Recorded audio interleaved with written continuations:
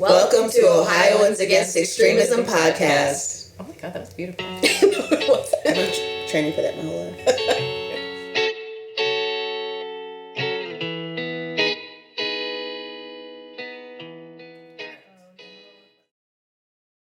So Rachel, we just had our first inaugural training. Yes, it was so good. What do you think? How was it? Can you talk about just like what we just did and how it went? So I have been doing trainings for the last, almost a decade now, teaching people how to be advocates at the state level. So like how a bill becomes a law in Ohio and why you should care about that, and then how you can impact the process. And it's become this huge, there's so much demand for it, which is amazing. And it's gotten to the point where there's not enough of us to... Not enough me's, yeah, which is really cool. Like it's so nice to feel useful. But it's gotten to the point where we need more people giving this training around the state. So we set up a program where people can come in and be trained to give the presentation in their own communities. And tonight was our first training for the trainers, and I think it was really good. Yeah, I do too. We're doing a two-part system. So the first part is we present to you all and talk through it. And then part two is that the attendees of part one then practice the presentation themselves. They get feedback from us, they get feedback from the other people that are training, and hopefully by the end of it, they feel confident actually going and giving this presentation to people. Yeah, it was fun. They were like asking what questions that we're gonna get from the audience, and it was really fun to think through why I say certain things or like why I tell certain stories and explain that to them. And it was a small group, so that allowed like conversation to happen. I thought it was really good. That's awesome. It was fun. I thought it was too. And several of them already have trainings planned where they're like, they've already got groups they're gonna go give this presentation to, and it's so nice. Is that exciting for you? Yeah, because I'm never gonna be able to reach 11 million people, but if everyone is giving this training in their own communities, maybe we can build up a big group around the state that knows about the State House. So our first two, we had an in-person today, we have a virtual tomorrow. You think we're gonna do more of these sessions? Definitely. We've already got a wait list, we'll do it. Yeah. If people want them. That's literally how this training started. I was like, if people keep asking me to do it, I will, and now it's been 9 years, so. Yeah, so we're ready for more people to do it. So if anyone wants themselves to attend this lovely training, we will have future dates. And so you are able to go to our website. We have a landing page. It's very easy to find on the Get Involved tab, and you will click Attend a How Things Work at the State House Training. Then you can fill out our Alert Me About Future Dates form. It's very short. Then we will reach out directly next time we have one scheduled. But this helps us know how much demand there is, so that if there are a lot of folks craving this presentation, we can set more training dates. So it's really helpful for folks who are interested to actually fill that form out, and we'll follow up with them. Yep. ohagainstextremism.org. That's right. Which I imagine we can put under us while we're talking. That's right. Yeah, and we're going to have other topics too. So this was our first foray into this. We're going to have more that are around skill building, probably about building issue campaigns, power mapping, doing different things that involve actually building an advocacy plan. We know that like protesting isn't, protesting is the thing that people are often using as an entrance point, but to get more involved in this, it takes a little bit more than that. Yeah, and I have at this point 8 or 9 State House trainings that I do, and we could definitely turn one of those into a training for others to give as well, like a testimony specific one or one around the budget, things that like more in the weeds for the people who want to do a 2.0. We could do that. And I'm so excited because we are able to offer this program to community partners. Community partners are organizations that we work with all year round. They actually get a free spot for the training. So if you work with an organization and you're not yet involved with us, fill out our community partner interest form and we'll follow up with how to join. Then you'll get a free seat at this training. And so we're really excited about that. And we also know that we can only continue to do these offerings by the generous support of the folks in Ohio. We are a grassroots, scrappy team, and we really rely on that support. The other thing that we're going to begin to offer is actually sponsoring other people to get trained. Yes, so, like a scholarship. Scholarship, if you will. So if you want to give a little money, but you don't actually have capacity yourself to become a trainer, but you think this is an awesome idea, sponsor someone else to attend the training. And we'll have that ability to do on our website as well. I love that idea. Yeah, I think it'll be fun. Okay, good? Okay. Nice. All right, thanks, Rachel. Yeah. All right, well, it's been a minute, actually, I think, since we've gathered round for our podcast conversation. Yeah, I mean, there have been other people sitting in this seat and the whole nine. That's right. Yeah, we had Taria last time, so you really... Have you missed us? Did you miss it? I was in the room. So much. So much missing it. Yeah, and part of the reason that I think we were maybe a little bit less frequent in our posting was the fact that we had a budget season that we were dealing with at the State House. Oh, did we ever? Did we ever? And as our organization kind of serves as a hub and an organizing space for folks, regardless of what issue they work on, we've been really busy. Rachel Coyle has been I don't think sleeping as she updates the bill tracker regularly. And so we, now, though, finally, thank goodness, they have gone to their summer break.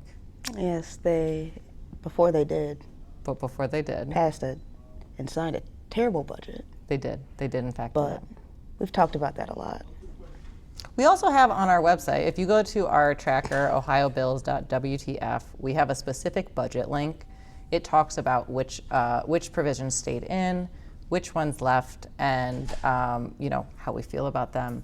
And so you can see, and there also is now conversation about a potential veto override campaign. I did see that today.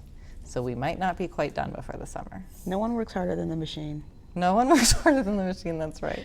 Well, and this one's about property taxes, which is an interesting one. But that's, Governor DeWine vetoed a few different parts of the budget around property taxes, and apparently they're going to come back and overturn those portions. But I, for once, am glad that the discussion is around taxes and not people. Oh, me too. That's a good point. Are we going to collect taxes, or no? Is it a thing? Do we want it? But not like, hey, does that person that's in front of me that I can see with these two eyes exist? So that part has been nice. That's true.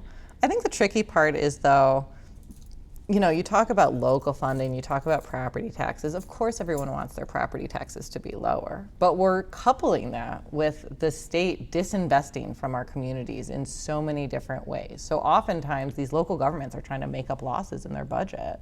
So, funny little nugget I read Go today, ahead. speaking of property taxes and our state budget and the things that have happened.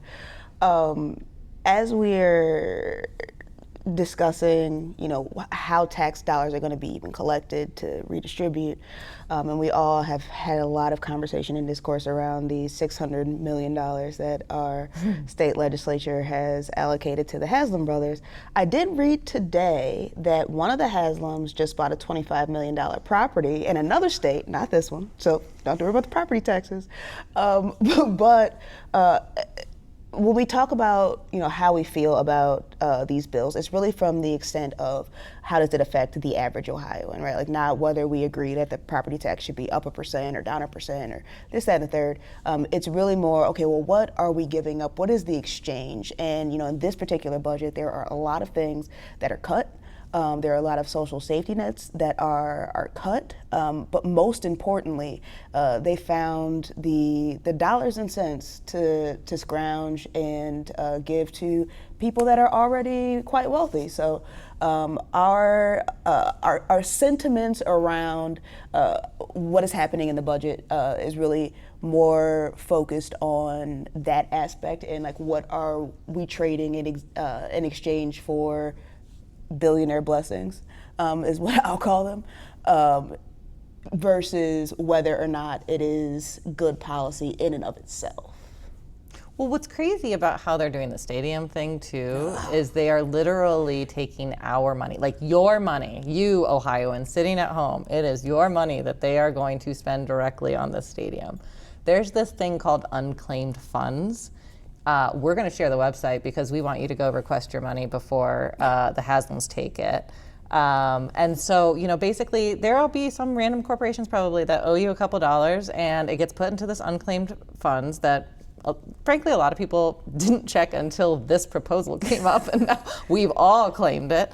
But so claim your money before they take it. This is a pot of money they plan to essentially empty out to give to billionaires. So all this money that's sitting here, Chase Bank owes you $35. Well, that $35 is now going to go to the Haslams to build the stadium unless you claim it. So go claim it. So in addition to that, it also kind of takes away or strips away the argument that, there's all these unclaimed funds. Nobody needs the extra money. Nobody needs SNAP. Nobody needs Medicaid, because there's all this money that is just sitting there that people are not claiming. And so do not let them hold your $25, $35 hostage in exchange for the $600 million that they are giving one of the wealthiest families in the state. I'm going to hop off that high horse for the rest of this conversation. Also, clearly we want the money once we know it exists, but, people are not exactly exploring the Ohio website for the unclaimed funds section, Yes, and also, when was the last time you've been to a Browns game?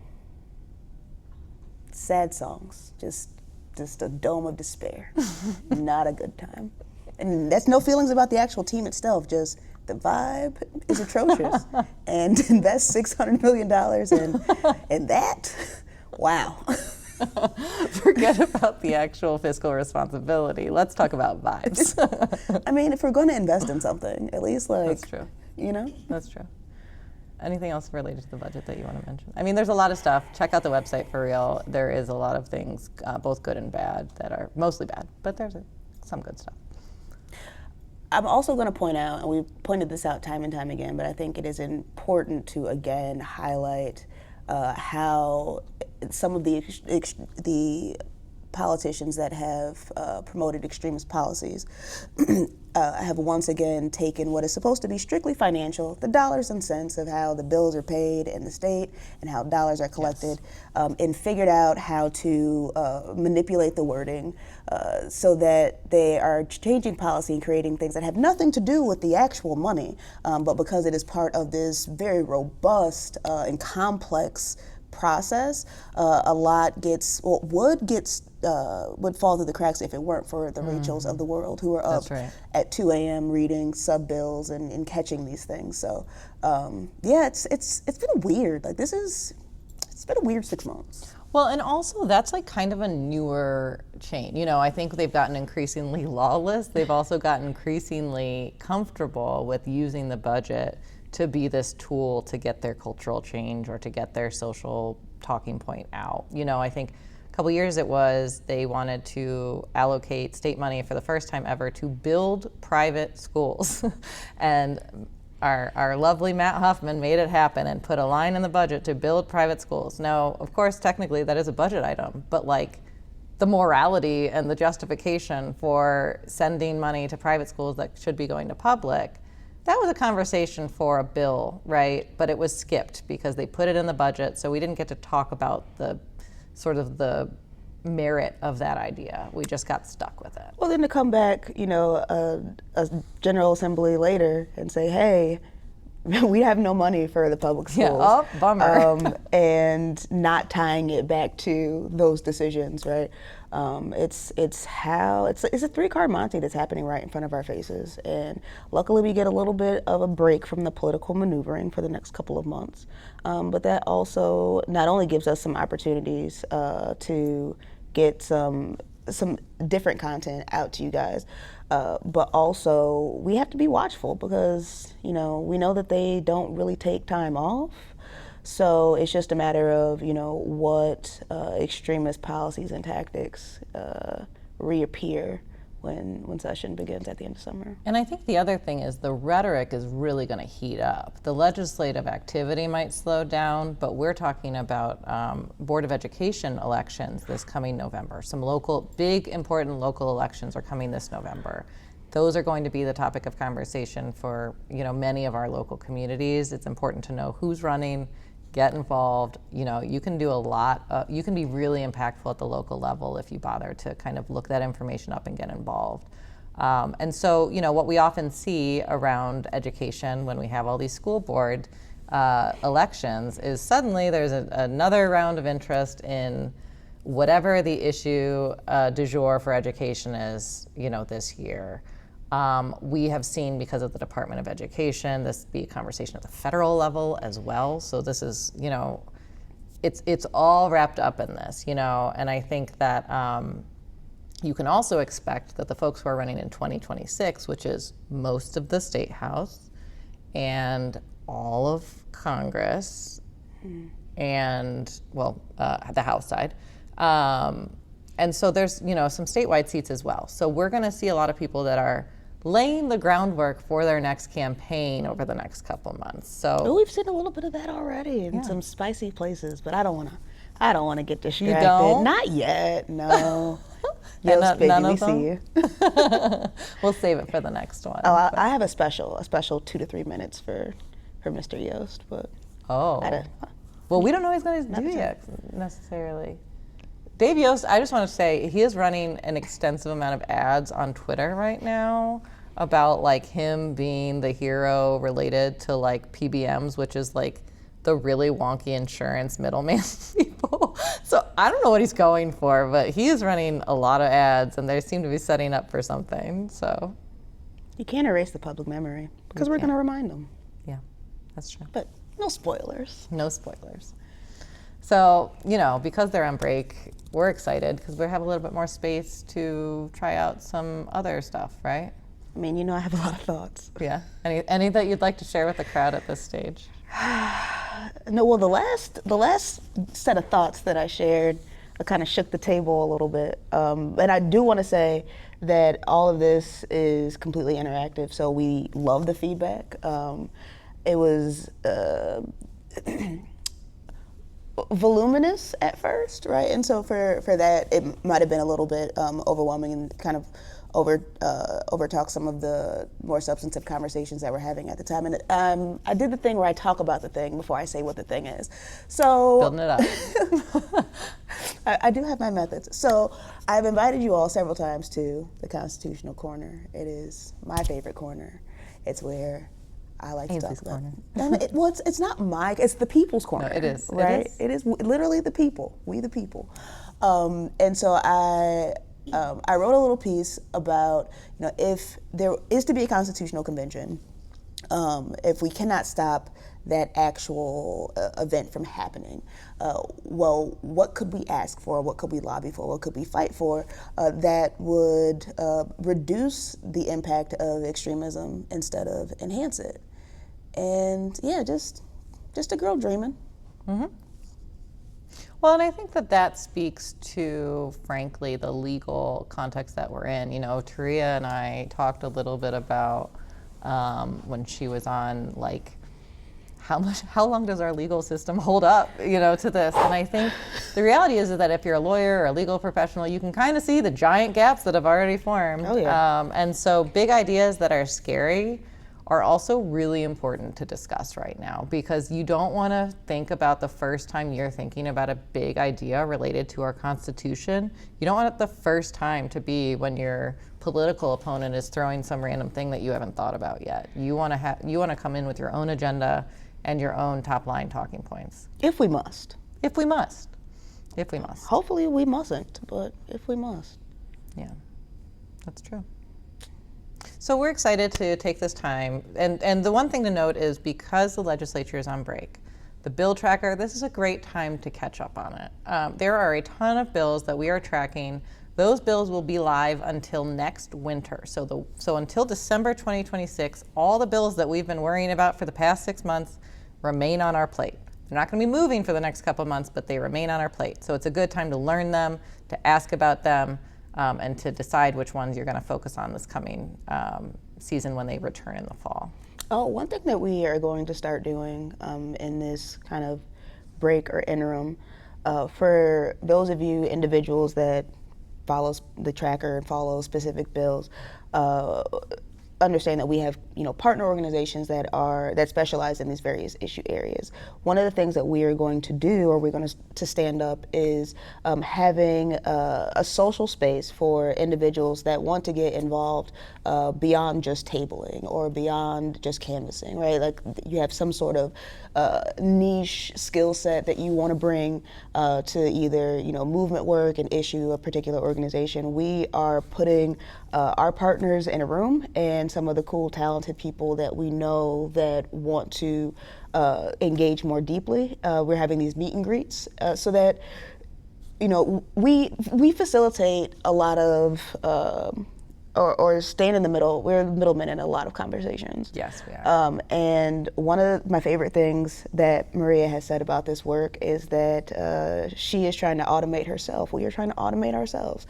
And so being able to create a space where we aren't necessarily necessary, but all of the people who need to be in the room together can kind of gather and, have a beverage or two and talk about some strategy or just some ways to use some of that talent, especially during the summer break, because it's a great time to plan. It's a great time Great time to plan, great time to make connections. I think the thing is like, this is really not the work you do on an island by yourself. Like people think you know everything about everything if you are getting yourself involved with this work. There are so many things I don't know. I just know who to ask, So it's not a matter of knowing every topic. It's a matter of having a Rolodex full of people whose judgment you trust, who are knowledgeable about random stuff, and then taking advantage of that connection. Well, and I think the other misconception about movement work is that, if you're not already in it, you can't break into it. Right. And that's just not true at all. We have a lot of people that are constantly joining and that are often getting involved in this work or moving issue areas or whatever. It's not about knowing everyone to start. It's about bothering to put yourself out there enough to make those connections so that you can meet those folks. Well, also shout out to the people that are just picking up and doing the work, right? You see that the work needs to be done. You gather your friends and you get going, and that I think we need more of that. Also, we just want to make sure that we are making ourselves open to those groups as well, because that is, you're doing work that's important, and we want to be able to support you in whatever ways that we can. So one thing that I haven't yet published is the second part of Taria and my interview when we had her on last month, and we were able to talk a little bit about dealing with Trump supporters and dealing with folks who might be coming back from that extremist wormhole. How do we get them out? How do we re-socialize our friends? How do we, get people back to planet Earth? And so this is just a clip from that. This was recorded a couple months back. But I think a lot of it is evergreen in nature, so hopefully folks get something out of it.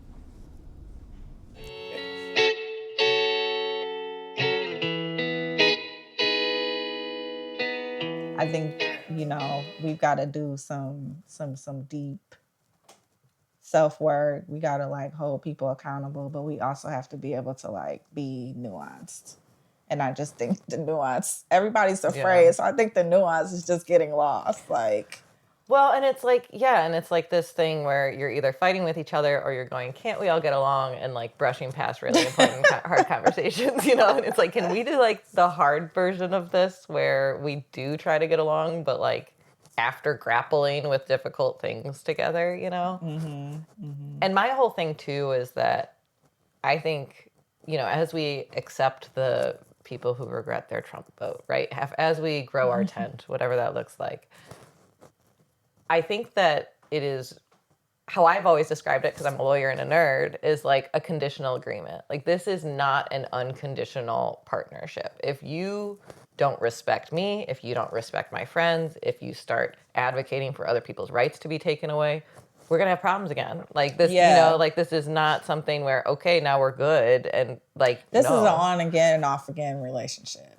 Or it's preconditioned on you being decent to everyone, Yeah. I mean, I guess I have a question for you. If for the people who are I regret my Trump vote, how do you have that initial conversation? Because to me, that initial conversation has to include you voted against these folks' rights, this, and this. Let's unpack why you were okay with doing that. My first step is honestly figuring out where they're at now, in the sense of, I think everyone's information sources are very different, and what they've actually seen. I think that's actually because I'm me, I will flip from Fox to CNN to MSNBC throughout like half of my work days. I just flip between them because it's really helpful for me to see what narrative people are learning And throughout people need the day. to watch the BBC too. Yeah. Et cetera, Right. Al Exactly. Jazeera, all of and them. they all kind of suck in their own way, to be clear. Yeah. Like the more you watch and the more you're like, oh my God, this is so annoying. But like it's helpful to know people's information sources because especially with Trump voters, it's always interesting to me to figure out how where they get information from ties to what they voted on and why. Like, you know, if you heard about immigration on Fox News for the last 9 months and you're convinced that people are jumping over the border to come take your job or whatever, like immigration was your top issue. You voted on immigration. You voted because you tried to preserve your job. I believe that. I believe you because I believe that you've been conditioned to believe that. But like, let's talk about why that message worked on you. You know, let's talk about how diverse your information stream is. Like, do you think it was reasonable to believe that there are all of these people that are coming to get your middle level FedEx job? Like, what, you know, it's like, is that really a thing that was, you know, and how did you get, like, I think when you come into a conversation, say, will you at least, now that you regret your vote, consider the possibility that someone else is manipulating for their own gain? And then figure out who's actually doing that manipulating. Because I think that allows people the room to learn and say, I guess I was tricked. But it also doesn't let them off the hook of like what worked on them. You know, because I kind of feel like I almost treat these, you know, Trump supporters, whatever, like honestly, more and more I treat them like addicts where if you're not ready to get help, I'm not interested. Like we're not going to do this thing where I try to convince you to help yourself. You are still waking up and, you know, voluntarily consuming sludge all day. Enjoy your sludge, you know? But like when they're trying to help themselves, then it's like, okay, well, like, let's figure out how we got here. Yeah.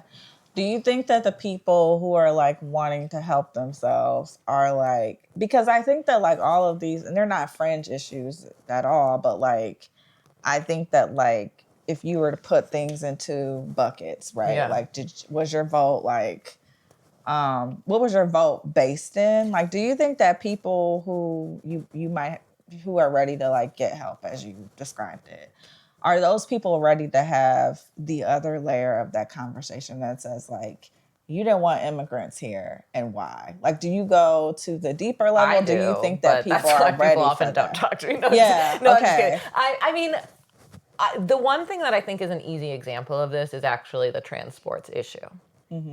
If you voted for the U.S. Senate race based on who is being allowed to play in girls' sports, what the fuck are we doing here? Like, that is so, you know, you say that sentence altogether and it's so illogical on its face that it's like, you have to be ready to grapple with the fact that someone else got you riled up about something fucking stupid.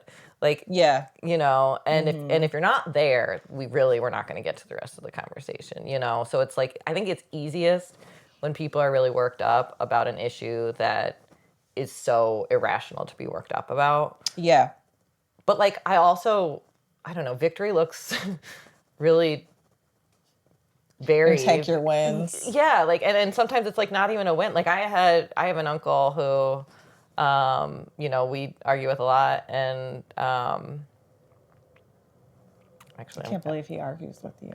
That seems like it would be difficult. Most people know better. Actually, but you're like still his little niece, and he's like, she doesn't know shit. I know. Well, okay, side tangent. I think that was the thing that most deeply offended me about Trumpers showing up in my own like life and family is like, you have known me since I was born. You watched me go to law school. You know where I was raised. You know who raised me. Do you think I'm lying to your face or Tucker fucking Carlson is?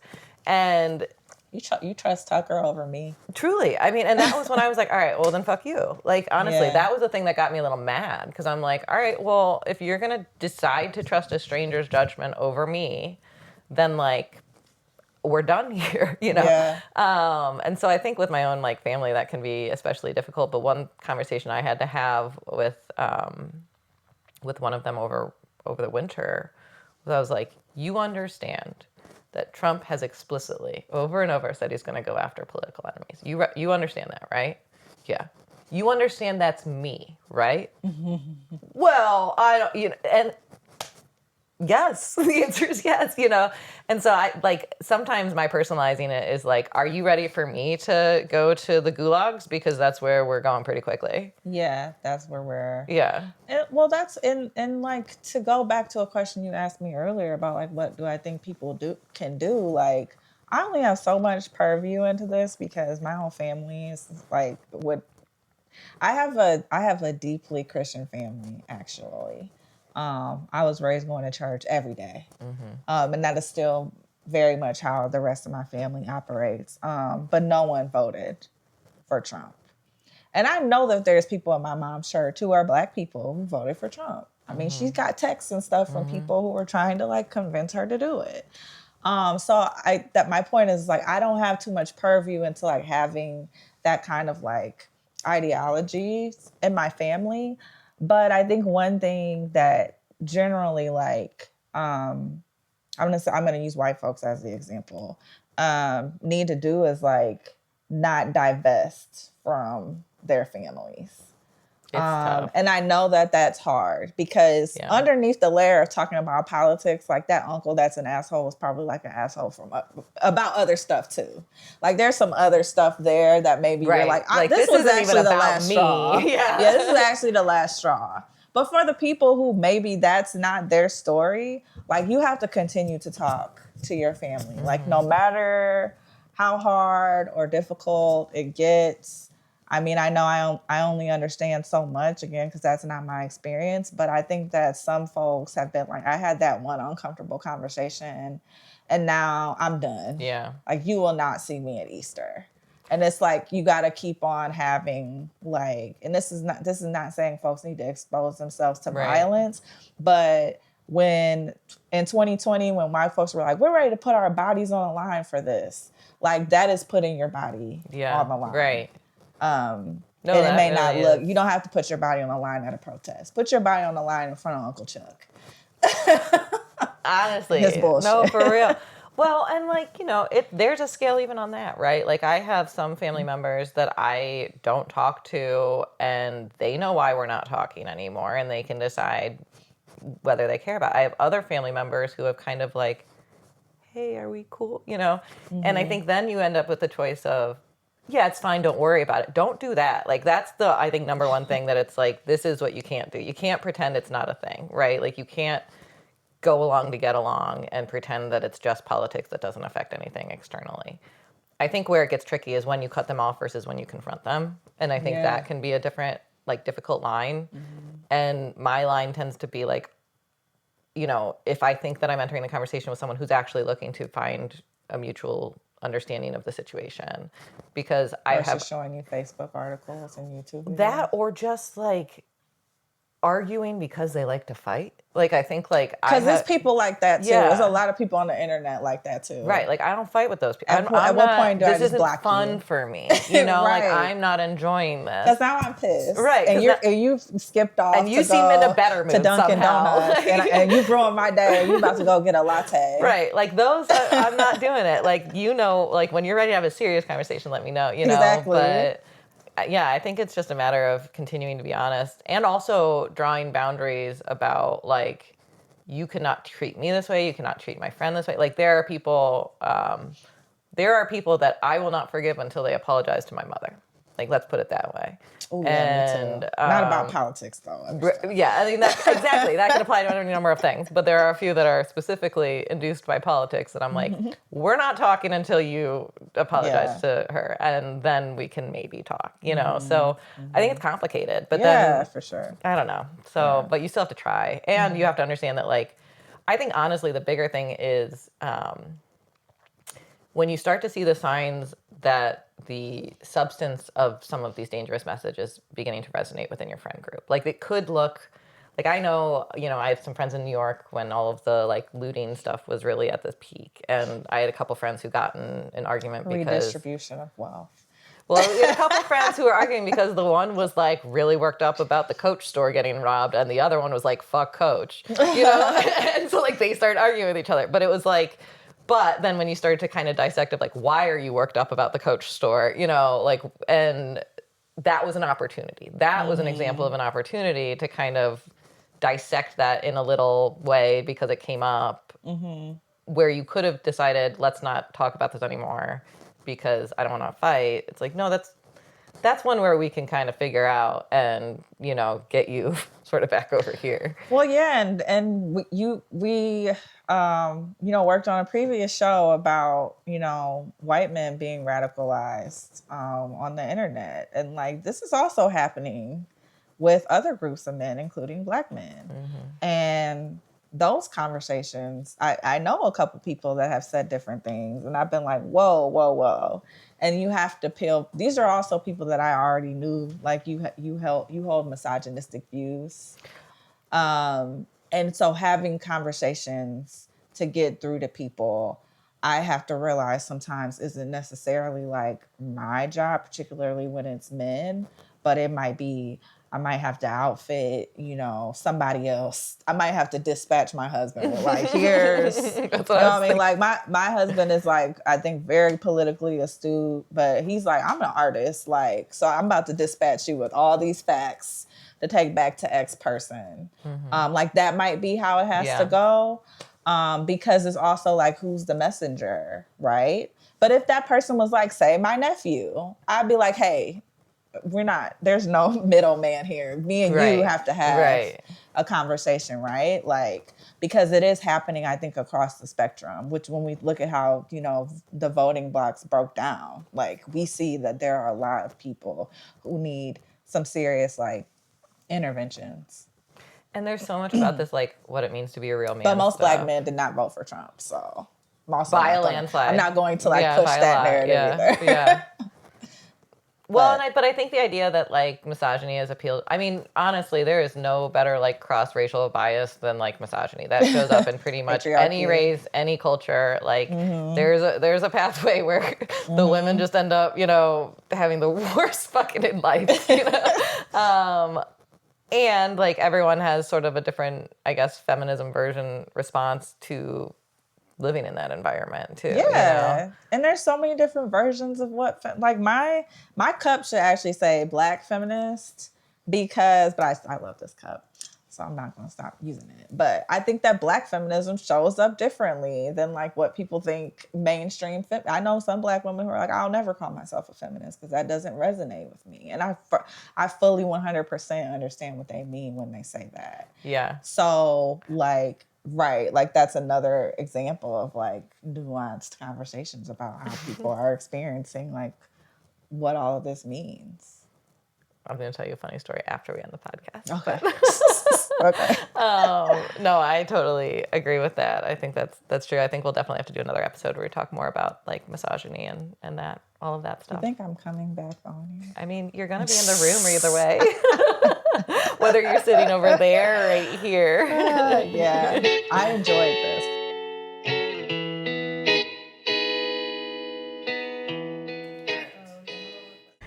But, you know, but okay, are. on that note, we are going to go get some rest because it is late and we are now Slap happy. holding up the joint, maybe a little bit slap happy. But, you know, just please continue to support our work. Please continue to get involved. Give us feedback. Tell us what we're doing right. Tell us what we're doing wrong. Or tell us that it's stupid. I want to know that too. Yeah, but then give us money. To make it better. Yeah. Say something really mean to us and then donate to us. Yeah. Or say something nice. That's the constructive part of the feedback. That's right. Yeah. Yeah. Yeah, that's it. That's all I got. That's all I got.